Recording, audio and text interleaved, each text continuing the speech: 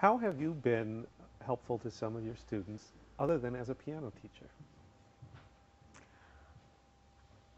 I have. I think all piano teachers will agree that as a private teacher, you're something of a second mother to them.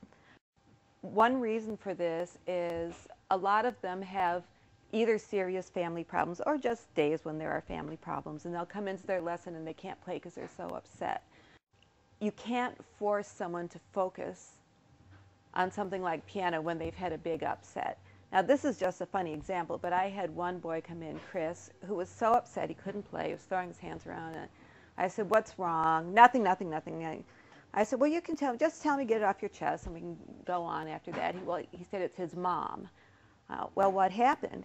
He said, "Well, it's about paintball." I said, "What's paintball?" And he explained it to me.